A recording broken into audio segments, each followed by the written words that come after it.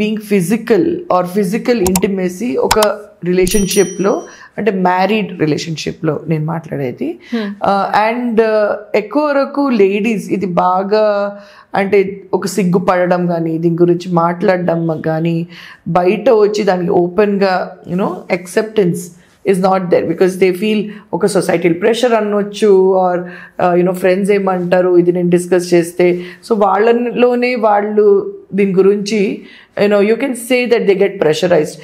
ఇలాంటివి సిచ్యువేషన్లో లా సపోర్ట్ తీసుకోవచ్చా and how can they do it?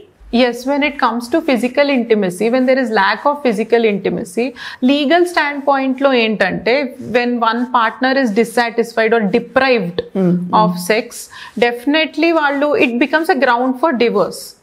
మన హిందూ చట్ట ప్రకారం తీసుకున్న మ్యారేజ్ యాక్ట్ని దాంట్లో ఏంటంటే if one partner without proper reason denial of physical intimacy becomes a cruelty.